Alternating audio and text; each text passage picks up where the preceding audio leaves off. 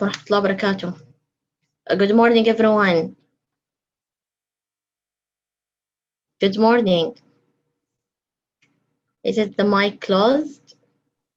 Good morning, Miss Ala. How are you? Good morning, How are Shine. you, Dr. Duha? How are you, my dear? How are So you? glad, Interested? so glad, and so happy to see you here today in our presentation. Thank And you. Thank you. and thank you for everyone attending today. Inshallah, it will be beneficial for everyone, especially we are talking about chemotherapy. Also, I would like to give a special thanks to Miss Shiny for her very well preparation for this presentation, and also to Skill Center, Simulation Center. Really, without their help, without their support, every time we have a program, I don't know what can we do. So honestly, also we would like to bring for them this achievement, because really this collaboration between nursing education and the simulation center, it's really very effective, and it's helped really the production of our programs. It become outstanding. I will give the mic to Miss Shiny to start, and because we already 10 o'clock, yeah, and good luck.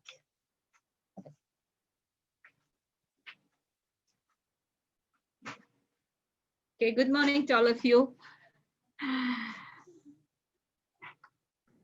Good morning, Shine. Nice to see you again. Oh, nice. How are you? Good. Nice to see you all around. Okay. So good morning and a warm welcome to all of you, ladies and gentlemen. I see both ladies and gentlemen. So welcome to the program. A warm welcome was given already by Ms. Ala, but I would like to welcome each one of you to my session of safe handling and administration of chemotherapy. First and foremost, I would like to thank the Clinical Skills Center, which Ms. Ala did, but really the organizing team and the crew has given us a chance to participate in the Simulation Week 2020 as part from the nursing department. So we are really proud. I'm really thankful to Ms. Ala, my beautiful manager, who has supported me all through this career and through this program and through this session. All my educators, you can see, they are the ones cornerstone building up this program. My clinical instructors, their endless effort and support for all the programs and workshop has made this program a great success for us. Last but not the least, I would like to thank Dr. Gada Abdullah, the Director of Nursing KUH, for our encouragement and confidence. So let's move. Are all of you ready? All of you ready for my session? Okay, good. So the first topic, what I'm going to talk to you is about safe handling and administration of chemotherapy. So before we move into, let's see what's the aim of this session. Okay, I'm going to give you a few simple aim what you're going to remember end of my lecture. It's going to enhance your knowledge, your skill, your clinical practice of nurse administering chemotherapy using simulation-based training, not only for the patient, but also for the staff. My objective is very simple. I have simple 3 objectives for you. So by the end of the session, you will know what we are doing in this program. Understanding the chemotherapy phase, what is the sequences, what I learn in the theory and knowledge, I have to put it into, embed into my clinical practice to integrate and evaluate the effectiveness and utilizing simulation-based training, because this is a simulation week, and we see how much this has embedded in our program. So just to start, in today's dynamic world, healthcare environment is ever changing and very challenging, because all of us are suffering with COVID-19 because healthcare workmen, career changes are taking place. But who is your focus? Your focus is your patient. Patient-centered care. But who are with the patients? With the patients are the nurses, who are there 24/7 with them. So now we see that nurses are the heart of healthcare. They are the frontliners for all our care and communication, coordinating and providing accurate and safe care to patients. As nurses, we know in this present world, they're doing a lot of jobs and responsibilities. But the very crucial and essential role when I talk about chemotherapy, my subject, They are going to handle chemotherapy and they're going to administer chemotherapy and monitor the patients after giving chemotherapy and manage if they have any complications. Now, when we are talking about chemotherapy, it's not a simple procedure. So what? Simulation has become an ideal platform for education. So because we see it's one of the high technologies what is being participating presently in the world in all universities and colleges. So simulation is merged as a teaching strategy encompassing the URI theory, assessment, technology, and clinical skills. So we, your nursing education, training, and internship unit, we have inculcated this simulation for our staff because simulation is something which is knowledge-based, not something new. So you're building on the staff from what knowledge they have into a safe learning working environment. So through these experiential methods, oncology nurses learn to be learn the appropriate. So we have to teach them the right thing to do at the right time, based, evidence-based. Mainly, especially how to deal if there is any oncology emergency during chemotherapy. I hope all of you with me. Now, my next outline for your subject is statistics at a glance. Now, during this present pandemic of COVID-19, all of us are worried about the statistics increasing in number in millions and lakhs. But what about the world? The world is saying cancer is the second leading cause of death globally. It's approximately 9.6 million deaths in 2018. But maybe by 2022, 2030, the number is going to increase double-fold, triple-fold. Now, in the US, you have seen this big number of cancer cases, and the cancer death is almost 6 lakhs. So you see the big number, it's more than COVID if you go into consideration. Now, through the literature review, what I did was in WHO, we had some of the statistics which is being given. The common cancers were all on the list, the lung, the breast, colorectal, based on their number, which was high rated. What are the common causes of cancer death? It's same related again, lungs, because you see the lifestyle of people have changed. You know, people previously, when you're giving chemotherapy, when we take history, we see that men are smoking, but now it's all over.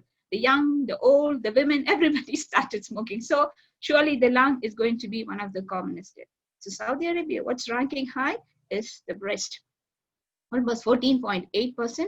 Coming to the colorectal. So you see in the world, it's lung, but if you see to Saudi Arabia, it is the breast, which is the hot one, which coming to the thyroid, leukemia, and non-Hodgkin's lymphoma. So this is the statistics from the Globochem from 2018. Now, when I'm talking about global health problem, it's why it is becoming a global health problem.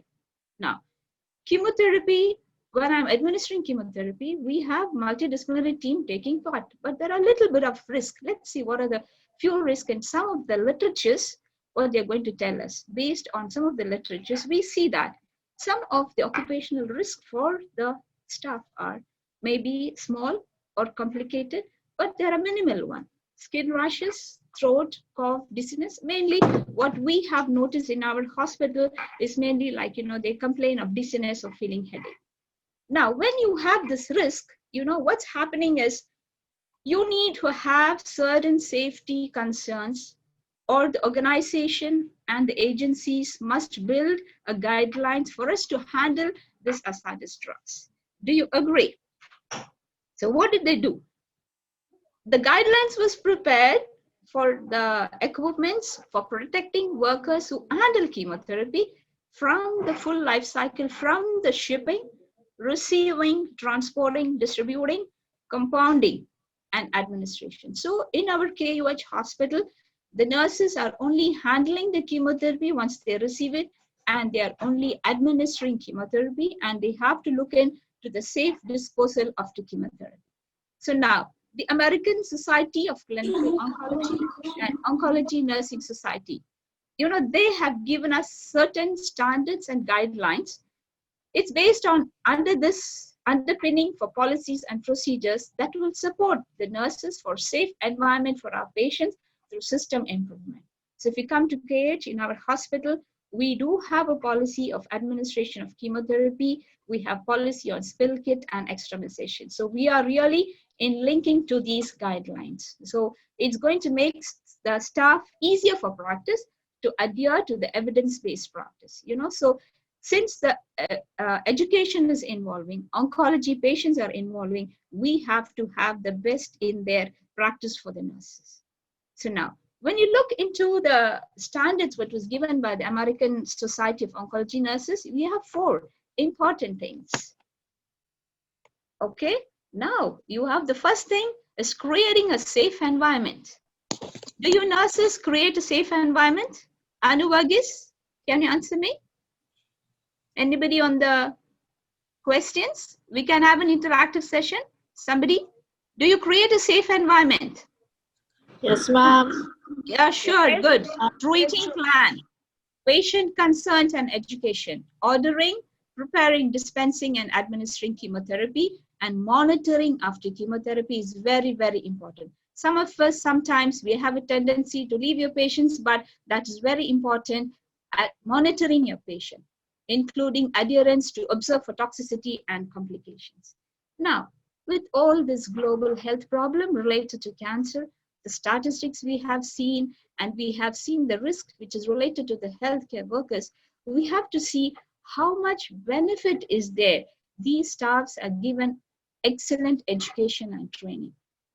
Our King Abdulaziz University Hospital, as all of us know, it's a Ministry of Higher Education.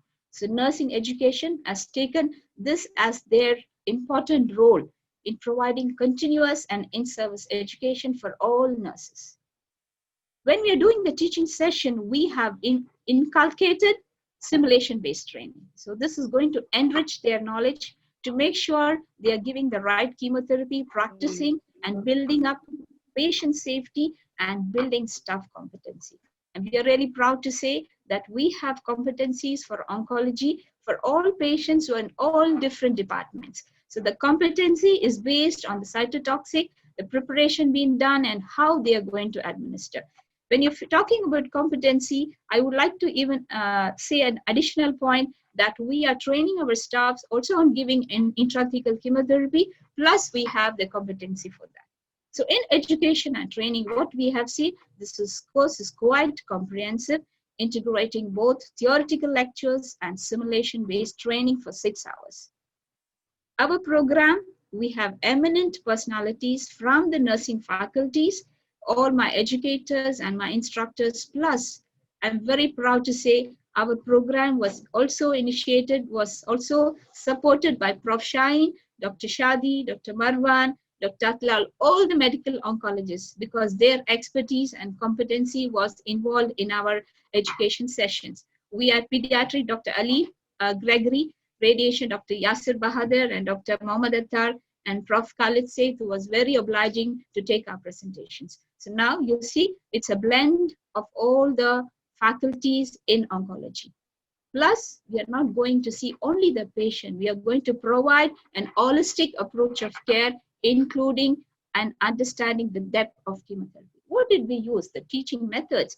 We used lectures. We had simulation-based training. Video presentation was done by our team, the nursing education team, and case scenarios.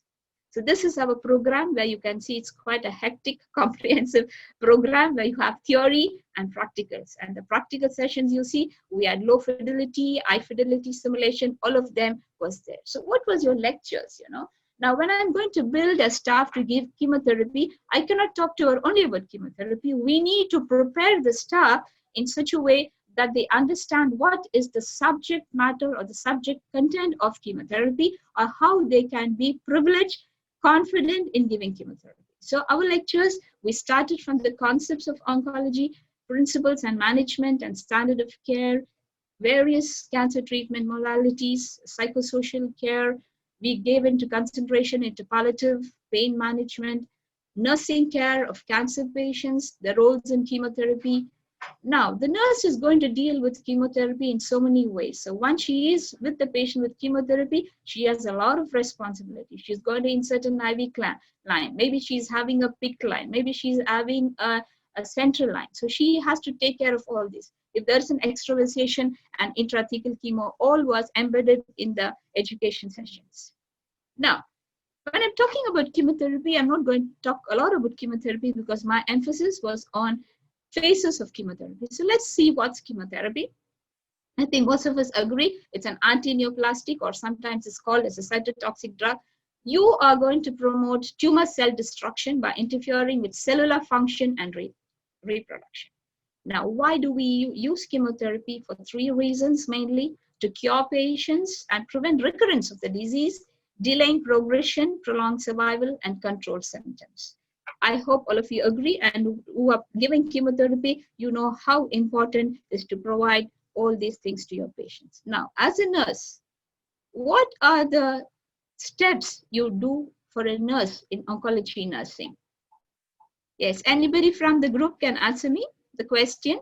What are your roles as an oncology nurse in your department? Anybody is open? Narisa, you're on. Your mic is on.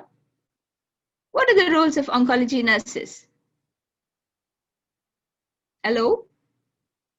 Nobody's phone is on. Okay, good. Now, you see, the first and foremost, the first step for nursing is always assessment. So you have to do your head-to-toe assessment, physical examination of your patient, including risk assessment. You're not supposed to forget that. Risk for fall, pressure for injury, and pain. These are the three things you have to keep in mind. Education from the day one, your patient is there, patient education and family education, and necessary information to be given to the patient and family. It should be done by the healthcare workers, the doctors, and the nurses. Safely administer chemotherapy, assess and manage patients' complications. Now, when I say a nurse is going to give chemotherapy, she is confident in KUH because she is already a competent nurse. You know, this competency gives them more confidence, and the quality of outcome given to the patient care when giving chemotherapy is great. Now, the OSHA, this is the Occupational Safe and Health Administration, recommends all the staff who are giving chemotherapy must be trained. So we are very proud to say that we are conducting this education sessions, plus all our staffs are competent annually. So if they are not competent, they are not going to give chemotherapy to your patients. So if I can summarize your role of oncology nurses, first, as I said, you have assessment. The assessment part is very important for your patients. As I told you, you're going into the detailed assessment of your patients, okay? Talk to the patient, find out what are the concerns, the physical problem, the physiological problem, the psychological problem. All the P's are being to take into consideration. Sometimes the psychosocial aspect of assessment is also very important for your patients. Now, when I'm giving chemo to my patients, what should I educate on them? What are the things they're going to face? How are they going to monitor? How are they going to manage the side effects is also very important. You as a nurse, you play as an advocacy role in so many things. So for your oncology and patients receiving chemotherapy, you have to go double step ahead to be with the patient and to be an advocate to them. You are coordinating, as I told you, the initial slide. The staff nurse is communicating. She is the one coordinating the care. If the doctor has ordered for a chemotherapy request, she follows it up with the doctor. She ensures the request has gone down to the pharmacy in KUH, check with the pharmacy if they have received it, and then it's coming back. You have the porters in charge. You have so many people coordinating the care. It's not only nurses. So the cycle flow should be very smooth. Patient education, as I said you, it's very important. Not only patient education, include your family also for the education when I'm giving chemotherapy. I think in daycare, they're doing a great job, and they have patient education materials, which is being displayed on the board, and they're talking to the family and the medical oncologists, and all of them, they're having education sessions prior to their chemotherapy in their clinics. So we are quite comprehensive when I'm treating a chemotherapy patient and provide psychological support. I said it's very important: physical, physiological, psychosocial, and psychological. It's very important, you know, because it touches human empathy, human emotions, you know. So how much psychological support, even sometimes when I'm talking to my patient, hope all of us have not forgotten the TLC, the tender loving care, okay? Even touching your patient and just saying, Kefalik Mama, Kefalik Baba, how are you? You had your breakfast? You know, it makes a lot of, you know, they feel like they feel at home because the nurse is there with the family. So you see, the role of nurse is very important for all of us. Now, coming into all the education, what we did. So our main session was to talk about simulation. So simulation is actually, it's a quite wide subject, which has been one of the teaching methodologies which is being used. So what do we do exactly in simulation? In simulation, we see it's one of the education methodology where it's an ideal platform where I'm creating a real scenario for the staff to participate in the care. In simulation, you have low to high fidelity simulation. You can be an active learner. You can become competent during your practice. You become critical. Okay, when I'm practicing this simulation, it makes me think twice. Am I doing the right thing? Okay, did I do my hand hygiene? Did I wear my proper PPs? It's giving you a chance to think, but I did it in the right way. It's helping me to decide, okay, I should do it this way or do that way. So if I've identified a problem, like if I give a simulation on chemotherapy reaction, what is the staff going to do? So she's going to critically think, she's going to decide, and she's going to do problem solving in my mind. Oh, I have to do A, B, C. I have to stop the infusion, inform my physician. So she's going to create it in her mind when she's practicing it. So you can communicate effectively hands-on in a safe area. As I told you initially, it's a safe learning environment, okay? So now, even if I'm going to practice 100 times on a mannequin, 100 times I'm doing simulation, you are not at risk and nobody is at risk. You are only improving your knowledge and your skills. This is about simulation. So what did we use in nursing education? We used about using low to medium to high fidelity simulation. We have used a lot of methods and styles of simulation. We have split it into pre-chemotherapy phase, where we did a lot of games. Then we had a standardized patient. In chemotherapy, post-chemotherapy, we did role plays, we did spill management, we had video presentations, we re-demonstrated. Like if you have a patient on extravasation, you will be seeing in a few of my slides how we managed to do all of this during the simulation technique. Following simulation, we have used different types of styles for it, like we have used a task trainer, like, if you want to insert an IV cannula and to make sure if your IV cannula is in, I'm using as a task trainer. So we are using low fidelity simulation. I'm using a standardized patient, like when I'm going to do a scenario for pre-chemo, during chemo, and post-chemo, we give the same case scenarios to our staff. So initially, the clinical instructors are demonstrating or explaining to them in the theory part. And when it comes into the simulation, you're giving them a scenario and it's going to be a standardized patient for pre, during, and post. So any hiccups in between, we can identify and correct the staff then and there. So this is the second. And we did role plays. We did a video presentation. Actually, the educators and CIs, we did a video presentation in daycare. And, we used the scenario as how from the start, your patient is being admitted. You're using this video in my video presentation. We did live role plays in front of the staff when we are having a practice session in simulation lab. And ultimately, we use the high fidelity simulation. This high fidelity simulation is really, it gives you a real case-like scenario where you are really able to see the patient as he is real. So if your patient is having a problem, patient is having cough, patient wants to blink, patient wants to close his eyes, everything you can see on the visualization. This is one of the highest technologies what is being used in high fidelity simulation. Now, here in high fidelity simulation, as I told you, we will see in the sessions how we did our case scenario. So as you see, we did task trainer, we did standardized patients, we did role play, and we did high fidelity simulation, giving multiple case scenarios. Now we are coming into chemotherapy. Now what, yes, any? All of you following me? Any questions? Good. Okay, safety measures in handling chemotherapy. Now, as nurses, very important. I think now most of us, no need to tell you to do hand hygiene and to wear your PPs. Even without education, all of you will wear. Do you agree? Do you agree, Lily? You will wear, isn't it? Your PP without anything, you're sure. So it's easy for us, okay? Your personal safety to minimize exposure, okay? I don't want to be exposed, so I'm going to use my personal protective equipment. safe disposable. Can I dispose it in any bin? No, you have a medical waste bin where I'm going to dispose. So these are the safety measures when I'm handling chemotherapy. So we will see into the next phase, chemotherapy phase. Okay, now Lily, can you tell me what are the 3 phases of chemotherapy? What we are following in KUH? Preparatory phase. Yes. Yeah. Then. Okay. We have 3 phases. Okay. What we do is the pre-chemotherapy phase. You have the during chemotherapy phase and the post-chemotherapy phase. Okay. So now when your patient is being admitted to the hospital, you have a lot of things to do for your patients. So in your pre-chemotherapy, like, initially, when my patient is coming to the ward, okay, I have to welcome my patient, receive my patient, okay.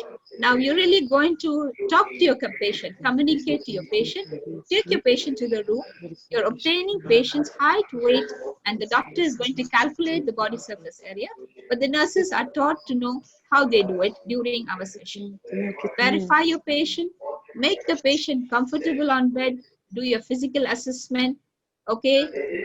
See that your clerking has been done to your patients, check the laboratory values, discuss with your doctor the treatment plan, discuss with the patient the treatment plan.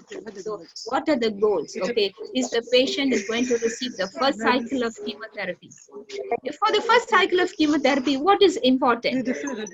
What is important should be taken before I give chemotherapy to my patients. Consent. Yes, excellent. So you're going to take consent for my patient. Cannulation, iteration. So now you have to be competent. Okay. Now, if I want to insert an IV cannula for my patient, you should know which site I'm going to select, what type of needle I'm going to use. Okay. The cannulation, the iteration is all very important for when I'm doing my pre-chemo. So I do my pre-chemotherapy phase, go systematic. So you are not going to forget anything. So this in our simulation was done through case scenarios. Now, after I do my pre-chemotherapy assessment, the doctor has done its clerking and send the request and make sure the blood works are okay. Patient is not neutropenic, patient is not febrile, patient has been explained about all the possible side effects of chemotherapy, the simple and the complicated, and how we are going to inform your patients. It's very important. Now, prior to chemotherapy, usually my patients are going to get pre-chemotherapy. So make sure you are giving pre-chemotherapy on the dot of time when you're going to give chemotherapy. So if my chemotherapy is at 10 o'clock, make sure my pre-chemo is given at 9:30. So 9:30 a.m. So 10 o'clock, you receive your chemo. So make sure your order has been followed clearly, because why do I give pre-medication? I don't want to have patients to have any complications during chemo. Maybe it can reduce the episode of nausea, reduce the episode of vomit. So follow the protocol according to your pre-chemotherapy. So that is going to be your pre-medications when I give my therapies. That's clear? Good. Yeah, good. Now, you finish your pre, and I did my pre-medications. Very important. In KUH, we are going to do the checking of your patient's ID band. I give pre-medications. I need to follow the medication administration policy. Okay. What is, if Miss Hawa is around, okay, what is IDC? When I'm going to check my medications, we follow a protocol called IDC. So IDC is independent double check. So even when I'm giving pre-medications to my patient, make sure you have given the right patient the right medication. Follow the IDC. It means there are 2 nurses to check independently, the independent double checking. This is ensuring that you are giving the right patient the right chemotherapy medications.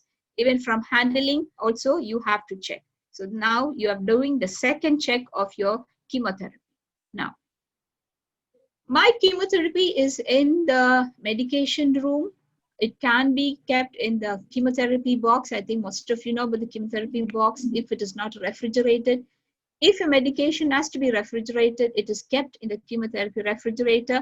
Make sure you maintain the temperature between 2 to 8, and once your chemotherapy is there, it's safe and fine. So when I'm preparing my chemotherapy, I have to again double check my chemotherapy with another nurse. Okay, I prepare the chemotherapy, perform hand hygiene, I don my PPE to risk the exposure to chemotherapy agents. So I wear my appropriate PPEs depending on the chemo what I'm going to give. Usually you're going to use your chemo gloves. We do have specific chemo gloves. We have specific gown. You can use your googles, you can use your eye shield. You have all protected equipments available in KOH. So this is being done. When I'm going to check my medications before chemotherapy, very important to the nurses. I need to verify the drug name, the dose, the volume, the rate, route of administration, the expiration medications. I have an important thing to tell you. If my patients are getting multiple chemotherapies, make sure the expiry date is it's okay until I give my chemotherapy. Sometimes when I have short chemos, the stability is a short time. So make sure your expiration is not done before you give your chemotherapy. So make sure of your expiration date and time. Look in for the bag that is of the appearance and integrity of the drug. So this is very important before I take the chemo to my bedside. So all these checks have to be done very clearly. So now during chemotherapy, now this is again, I have to check the chemotherapy at the bedside, check my patient, do my IDC using 2 identifiers. What are the 2 identifiers? Miss Lily, I can see only Lily's face. What are the 2 identifiers? Full patient name with 3 Okay. names and the medical record number. Medical record number, good. Okay, do you give chemotherapy as an infusion? I can give it as IV push, I can give it as IV bolus.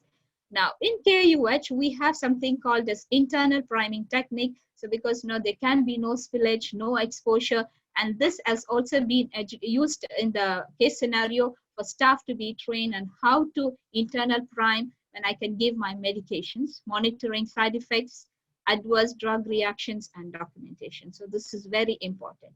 Okay, what are the things you monitor? I think Joy is online with me. What are the signs you have to monitor for side effects? Somebody from the group?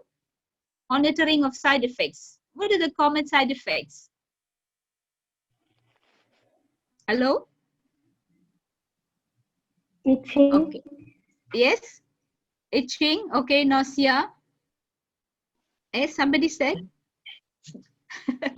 Good. Alopecia. Yes, alopecia is a later sign. Good. So now, I have given chemotherapy to my patients. Okay, during chemotherapy, certain things can happen to my patient. Okay, maybe the patient can have a chemotherapy reaction. Maybe patient can go into anaphylaxis. So you have an management. You need to know the policy of what I'm going to do in the anaphylactic situations. When I have a chemotherapy reaction to my patient, I have to stop the infusion and inform the physician. In case if there is a chemo, I'm giving chemo, maybe when I'm spiking the chemotherapy or when I'm giving the chemotherapy or when I'm disconnecting chemotherapy, there can be chances of spill of chemotherapy. So you need to know that in all the units, you have a chemo spill kit and what are the contents. It's mainly about all your equipments, PPs are there. How can I take the waste? Whom do I call? I have to make an OVR and things. All these things are being included when I'm talking about chemo spill kit. So this is demonstrated to the staff by the clinical instructor, and they do take a written demonstration to ensure that whatever is being learned, they have putting it to practice. So now if I am using any sharps, it has to be disposed of in a sharp container, and make sure you have a specific chemotherapy waste bag wherein you dispose all your chemotherapy in that particular waste, not your regular bin, so that you are protected and you are taking away the safe from the patient's room. So these are the things for disposable and safety protective devices, what is being used in KOH, and it is almost available in all the units. The most of the units where the chemotherapy is being given, it's actually, we have it in inpatient, adult, and critical care areas for participants who are outsiders. I just want to let you know we have chemotherapy being given in the medical surgical units, in the daycare units, in the day pediatric units, in the gynae units, and daycare is the major, where you give hematology and oncology chemotherapy. Now, this is one of your explanation what I want to give you, how we used simulation. Okay, this is a picture. This is before COVID. So don't tell me there's no social distancing. Agree? we, we didn't have any programs after COVID. So during extravasation, now this is a task trainer where we are using the hand where the patients had extravasation. So like you see how the setup is there in the simulation lab. Okay, you are using the mannequin, you're showing them where is the peak line, where is your center line, and you're showing the kit being used for extravasation, how the staff can practice if there is an extravasation in the unit. So in the extravasation, you do have a policy for us again in KUH, and it is available in the daycare unit and pediatric unit, and you can get the kit from pharmacy whenever it is required for each unit. Now in this extravasation kit, as you can see the box, it's already there. You have all the details, how I have to manage if I'm giving a vesicant, whether I'm giving an irritant drug, what should I use, a cold compress, hot compress, is all practice, and how do you give the local antidote hyaluronidase to my patients. So all these things have been explained during the extravasation management for all the patients and for all the staff, sorry. Now, you did my pre-chemotherapy. As Lily said, you have the preparatory phase. Now I finished the during chemotherapy. You have a lot of responsibilities during each phase. So now this is the post-chemotherapy phase. Now it's very important. I do observe my patient, monitor my patients, monitor my vital signs during and post iteration. Sometimes some patients don't receive post iteration, so look into your protocol. If your protocol has post iteration, do give post iterations as per the physician's order. Dispose of all chemotherapy waste. Okay, have to inform your patient that your chemotherapy is over, and observe for any signs of infiltration or extravasation, or if patient is going to toilet, instruct them to call them, use the call bell, and not to walk alone into the toilet. Maybe they can have an episode of dyspnea. So make sure your the risk for fall has been maintained, your fall risk ID band has been placed, because this is very important. Because after chemotherapy, it's very important I monitor my patient. As a nurse, these are the little things, but it's very important, very essential to inform your patient. So educate them if they have any signs of reaction on their hand in the IV site, if there is any redness, to report to you, or if they feel like any dizzy or they have vomiting, anything has to be reported. So this is very important part in the post-chemotherapy phase. And everything has been done to your patient. I've educated my patient. I've inserted a cannula. I've given chemotherapy to my patient. If there is no reaction, if there is reaction, extravasation, all these important things has to be accurately and timely documented, because this is a record where I am going to use it for further reference, for maybe for research, or I can use it for auditing. So this is very important. So reminding all the nurses, anything being done to your patients, please document in your focus notes or in your care plan for your patients. Now, after the pre-chemotherapy, during chemotherapy, and post-chemotherapy, we are using a different modalities of simulation. And after the simulation session, we have something called the simulation procedure, the debriefing. Okay, so now I did my simulation, I did my pre-chemo, during and post, that's the actual practice. And after the simulation, we are doing something called as debriefing phase. This is very important for the staff to understand, what am I going to do in the debriefing. It's very important. After I finish my scenario, I have done a scenario using high fidelity simulation. The staffs are participating in the simulation, and after that, they are sitting in a classroom to debrief. Okay. Now, to debrief, very important for people who are not aware, there are four important questions I have to do, and I'm doing debriefing. The first thing is, you have to ask the staff what was their experience, okay? What is their feelings? That's very important. What are the things went on well? Because, when I'm a nurse, when I'm a doctor, what did I do well? Surely you follow your practice and policy of your hospital. So what did you do well? Okay. During my session, there was some concerns I need to improve. So there is an area of improvement. I need to change my practice, or the practice has to be inculcated into our standards based on policy. And then what is the take-home message? Every nurse, every participant who is coming in simulation must take a positive take-home message. This is the crucial thing when I'm doing my debriefing. So they get some message to be taken on. So now debriefing is invaluable. It is using critical thinking, assess present knowledge and nursing competency. Participants are given the opportunity to reflect and discuss their clinical performance in meeting scenario objectives. Okay, my objective was to administer chemotherapy. Did I administer my chemotherapy in the right way? I had a chemo spill. Did I manage it well? Okay, did I do my sequence right? Did I report to an OVR? Did I complete the chemo spill preparations, which was completed? If I had an extravasation, what did I do? What did I learn? So you are discussing their clinical performance when I'm giving them a clinical scenario. And it is aligned with the current KUH oncology nursing practice and evidence-based guidelines. As we know, research is on top, evidence-based is on top. Everybody is looking to give the best education for your staff based on evidence-based. So this is debriefing. And in education and training, as I said, we have seen the benefits of education and training. We have seen what are the benefits we did in using simulation-based learning. Nursing education, after each program, we are conducting an evaluation, okay? So this is to get a feedback and comment from our staff, okay? So this evaluation was given to the staff to get their suggestions and recommendations. Now, the Nursing Oncology Awareness Workshop is an educational calendar program of the Nursing Education Unit. We are very pleased to inform people who are participating, who are not aware of it. This is a publication of our program. We have conducted a total of 8 sessions for the year 2018 and 2019.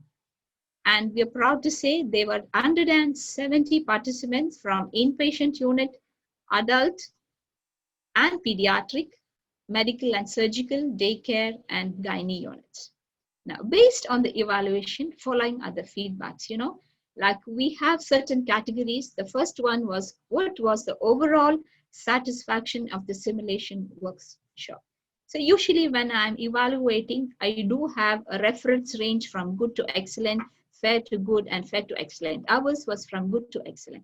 If you see in the slide, it's very clearly saying that the overall satisfaction from 170%, like 75% of the staff were scored excellent in our evaluation. And very good was 22, good was 2.3, and there was some there's missing data, so we have 0.5.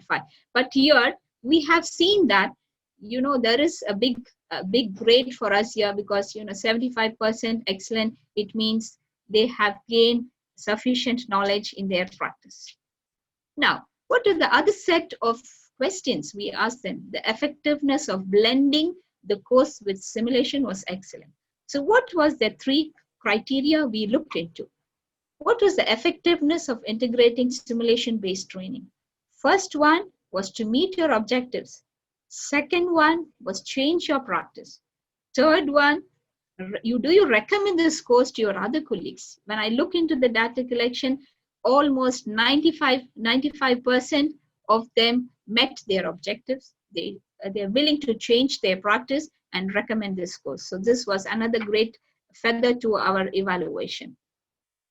Based on the evaluation and feedback, sometimes you get data which we can do it as percentage and statistics, but there was some of the comments which was very interesting and we were very proud.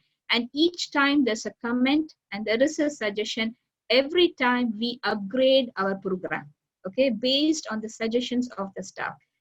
It is important, their comments are always commendable. So what was their comments? Their comments, it was a very good information. These are the words quoted from the participants. Excellent, very interesting. They can improve and update their knowledge and skills. It's a very nice and effective workshop. What are the recommendations we got? So next time we want to include more details on medications and used in chemotherapy. This is already part of our program, but actually they want to know in detail, like about each diagnosis, what chemotherapy is given, and what is the side effects. So we will include it in our next session. Some of the new staffs who attended, they were so much interested. They said to make them more updated in their knowledge and skills, they want to attend one more to make sure that they are more confident. More videos, a presentation, and suggest mini symposium. And even I'm also proud to say that nursing education team participated in the pediatric symposium in 2019. Also, we had a simulation-based session on chemotherapy, and it was a very good presentation from our side. Thanks to Ms. Abir and Ms. Ella for inviting us for that particular program. So we are really moving with simulation all over the place in education. Just to highlight on the simulation, high fidelity simulation, actually I had 170 participants, but we did a cross-sectional study to taking out only 25 persons who really actively participated in high fidelity simulation. And I'm very proud to say almost all the questionnaires based on the choice was to agree, neutral, or disagree. So out of the participants, 90 agreed for all these questions. So these are the questions during simulation, means like it was very effective. Everybody was above 94%, like chance to practice actively.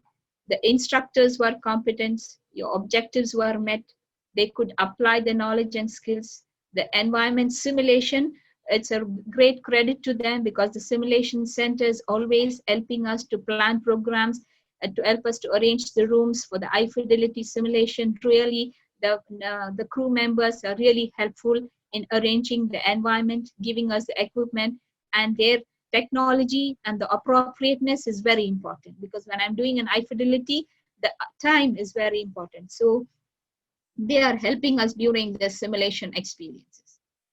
The post simulation was also the same, like, we had a very good session. Is also above 97%. See, they actively participated in debriefing session, and debriefing recognizing appropriate intervention. Actually, our case scenario was on chemotherapy reaction. So when we debriefed the staff, they said really they could learn what were the steps they have to do in case if there's another time the same scenario.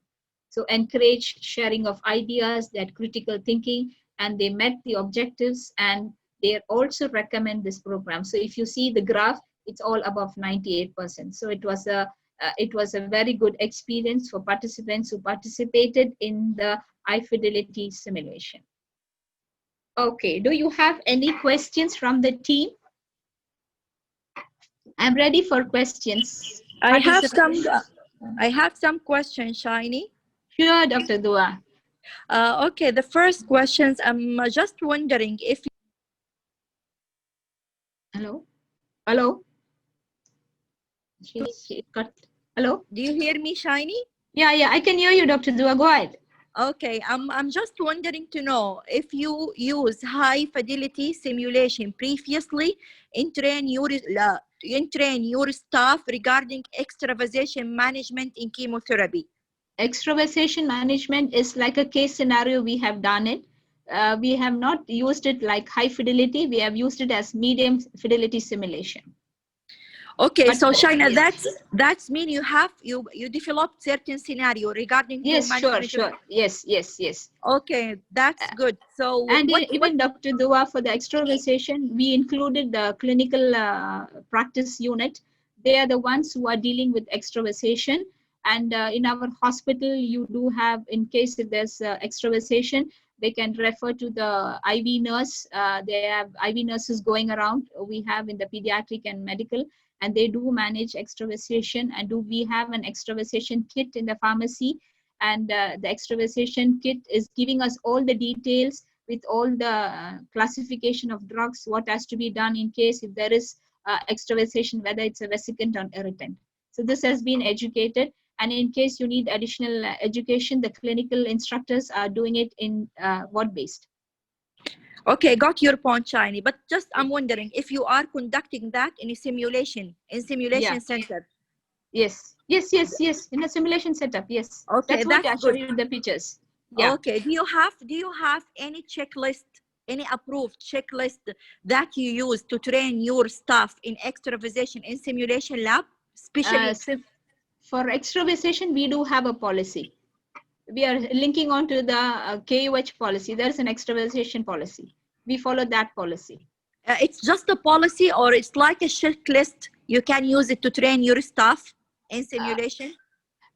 Actually, it's giving you like the stepwise. It's not like a checklist, but the steps are there. Like in case of extravasation, what you're supposed to do, it is there. So these steps are being taught in our simulation. Like, you know, Okay, what I'm supposed to use, like I have to put off and mark the site, and you know, you have to keep the epilogue in, and you have to extra, means like withdraw the chemotherapy. It's all the steps are there in extravasation, and there is competency for us in the chemotherapy checklist. We do have administering, and then the steps are included in the chemotherapy competency itself. Okay, Shaina, who's responsible about train the staff regarding extravasation in simulation? I need just to contact them, because we are doing a project, a big project at the master Okay, level. sure. Yes, Okay. yes. So we need to train. Yeah, we have clinical practice nurse, Miss Anisha, and then we have Angie. But the main thing is Miss Anisha. She's experienced more than 30 years of experience in chemotherapy. You can surely get her. With simulation, Shiny. I need someone Sure. that expert with simulation as well, because we want to conduct the research in simulation. We can maybe coordinate with Miss Ella first in nursing education. Excellent. And then we can go around with the clinical practice, so that it will be like a teamwork. Thank you. Appreciate it. Thank you, Shiny. Okay, Dr. Do. Any more questions, dears? Hope you enjoyed the session. It was quite comprehensive. Okay. So just to conclude, what we did was, like, I give you an introduction. We had 3 objectives, and I think you have learned about the sequence of chemotherapy, pre, during, and post. And I'm 100% sure you will apply your oncology knowledge into clinical practice, and you have seen how simulation can be effective in training oncology nurses. So just to conclude, to say that integrating simulation in nursing oncology workshop was found to be effective, and we are looking for improved clinical outcome. Reported to enhance staff knowledge, skill, and clinical practice of staff in administering chemotherapy and maintain both patient safety and staff safety. So if you have no more questions, I think I'm happy. I'm happy with all of you, because it was a bit of interactive session, and I'm thankful to all my colleagues, Ms. Ella, Dr. Gada, and the Simulation Center, and for all the opportunities you have given. And we are really proud to work in KUH, giving us all the privilege and using so much of high technology in this situation.